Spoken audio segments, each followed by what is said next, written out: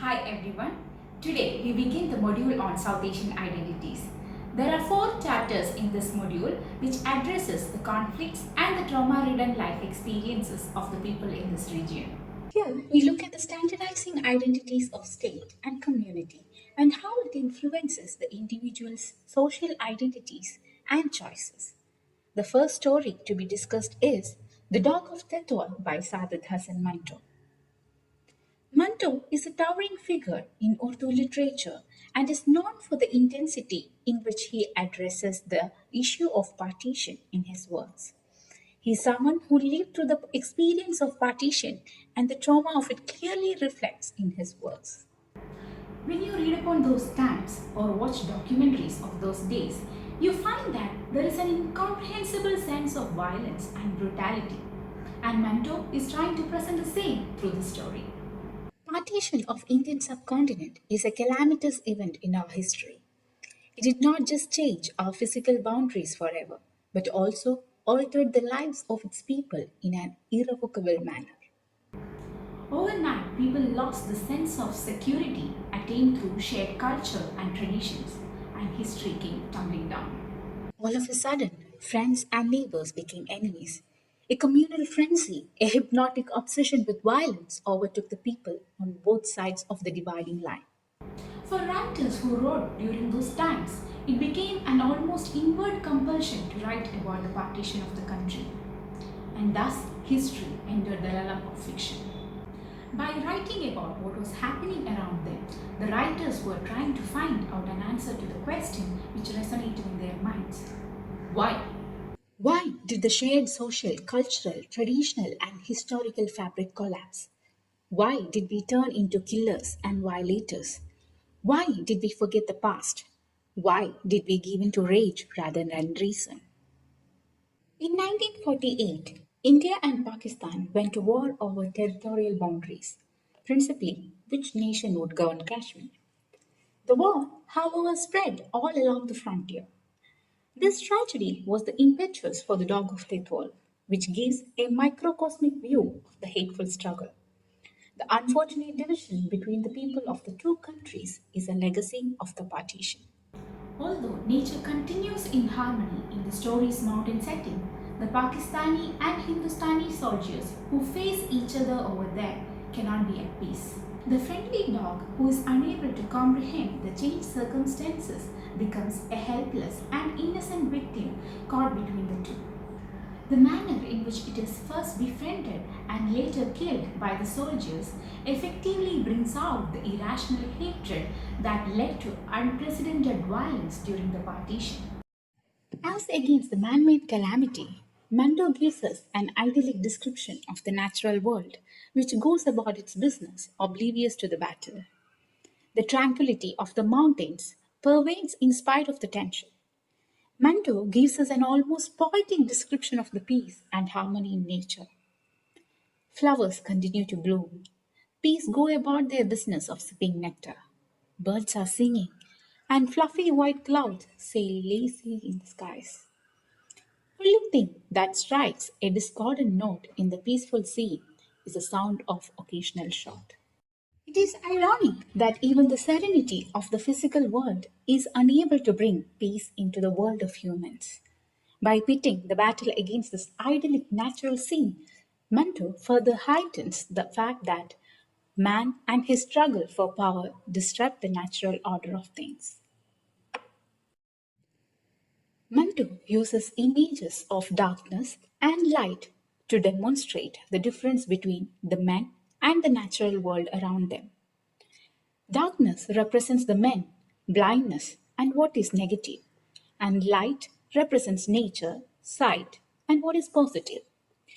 During the night, the soldiers light huge fires in an attempt to ward off darkness. Yet, they are unable to overcome neither the darkness of night nor their own blindness. The biggest fires they can build can only illuminate a small patch of ground and do not enable them to see their enemies or to see within themselves. Manto writes, the morning broke as if someone had switched on a light in a dark room. It spread across the hills and valleys. Nature is capable of producing an all illuminating brightness that the men do not have. Identity in Manto's story is now being determined and defined by one's belonging to a particular nation. Geographical boundaries, which determine a nation's identity, now by extension determine the identity of those who live within those demarcated lines. In the context of the story, for India as well as for Pakistan, the concept of a separate state was a new and recent phenomenon. The sense of a shared culture is presented in the song being sung by a Hindustani soldier. The tales of Heer Rancher were equally beloved of Hindus, Sikhs, and Muslims. Manto places other similar indications within the story. The smoke from fires on both sides rises and mingles in the air. Subedar Himmat Khan can read as well as write Gurmukhi, all pointing to the fact that till very recently the warring sides had belonged to one and the same country. A geographical division, however, seems to have divided the hearts of the people as well. In The Dog of Tithwal, Manto explores the concept of a nation as understood, defined, and enforced by the state machinery and exposes the rigidity and senselessness behind it through his description of a dog's fate at the hands of those who protect the physical boundaries that define the nation. In Manto's story, the national boundaries seem to extend to the animal kingdom as well. The dog that strays into the Hindustani camp is given a Hindustani name, and the point is reinforced by the label the soldiers put around its neck, pointing to the fact that it is a Hindustani dog. The dog, however, is merely a dog, an animal, and has no understanding of such divisions between humans. It wags its tail for both. The way the dog of Tithwal meets its end exposes the animosity that lurks beneath the surface of lives of the people on the two sides, and also the senselessness of the violence that such animosity generates. The dog exemplifies the fate of all innocent victims of such violence. On the dog's first appearance in the Hindustani camp, it is affectionately named Chapat Junjun by Banta Singh.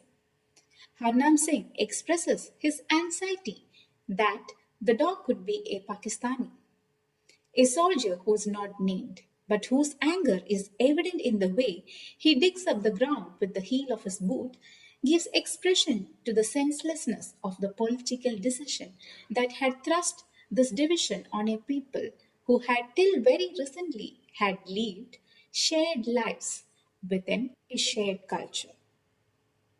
Now, even dogs will have to be either Hindustani or Pakistani, he says. The dog being christened Chapar Junjun and being given a Hindustani identity brings an element of cheer in that camp. From time to time, each one would affectionately address it as Chapar Junjun and cuddle it, writes Manto. When the same dog appears at the Pakistani camp in search for food, completely oblivious of the fact that there is a cruel division between the two sets of humans, even though outwardly they appear to be the same, it is greeted with familiarity. Obviously, the dog had been to the Pakistani camp earlier too. On this visit, however, it carries a label around its neck, which gives rise to some anxiety in the Pakistani camp. Subedar Himmat Khan is prompted to report the matter to his platoon commander, and we learn that the dog had previously stayed at the camp for several days. This time, however, its name on the tag and the line declaring this is a Hindustani dog causes a flutter and some consternation in the Pakistani camp. Manto is almost amused at Himmat Khan's anxiety, but effectively brings out the paranoia concerning the question of one's identity in the changed times, and also the absurd limits to which the same was being taken by both sides. Allegory, in its simplest form, means a piece of writing where characters are not individuals but personified abstractions, and the happenings are purely symbolic. In this story, the dog becomes symbolic of all those innumerable refugees for whom the question of their identity had become confused overnight and who had been shunted from one side to the other, not being able to find a place they could call their own. It also becomes symbolic of all innocent victims of violence who pay the price for the cruel acts of the others. In the narrative, the dog is shunted from one camp of soldiers to the other, where two camps belong to the two warring sides. The two sides are, of course, the state machinery of the two newly defined nations, and whose arbitrariness, irrationality, but at the same time ruthless power, is exemplified in the soldiers of both sides. The dog that had been christened by the Hindustanis as well as by the Pakistanis is killed because its identity is put under a scanner. It had been safe when no such classifications had been thrust on its head. It is ironic that the dog is fired at nearly because it is approaching the Hindustani camp from the opposite side. Harnam Singh expresses his concern. He's coming our way. The rope is tied around its neck. But he is coming from there, the enemy camp. This is enough to infuriate Harnam Singh and he fires at the dog. It is pathetic the way the poor innocent dog runs to save its life at first towards one camp and then towards the other. The senselessness behind the violence is severe and unmistakable. The dog of Tithwal dies on no man's land, and it is ironic that it is killed by those that had made a show of making it belong to their side. The suspicion, the hatred, the fear finds an outlet in a senseless killing of an innocent dog. The dog also becomes symbolic of all such refugees whose fates hung in a similar limbo. It is ironic that the dog is killed by those who had supposedly given it an identity. Violence has many faces, but it always has one beginning. It begins with a failure of reason. It is lodged in senselessness. It is perpetrated by irrationality, and it is always mindless. The soldiers who had affectionately cuddled the dog finally kill it in a senseless rage. The worst part is that they take pleasure in inflicting pain. Manto is clearly pointing a finger at the dehumanizing effects of violence and its dangerous outcome. Ultimately, the dog of Tithwal lies dead on no man's land. For one warring side, it had died a martyr's death, while for the other, it has met a dog's death. Whichever way you look at it, the dog remains an innocent victim of the senseless brutality that hides beneath the surface of the two communities.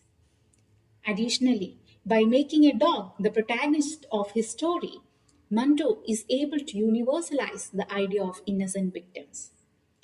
The image of the friendly dog who had wanted nothing but food and shelter and who had wagged its tail alike for the two sets of soldiers, ultimately being shot to death, is a profoundly moving indictment of all forms of violence. It does not understand, cannot retaliate, it cannot even save itself. It is merely a mute victim of the brutality of those whom he had trusted.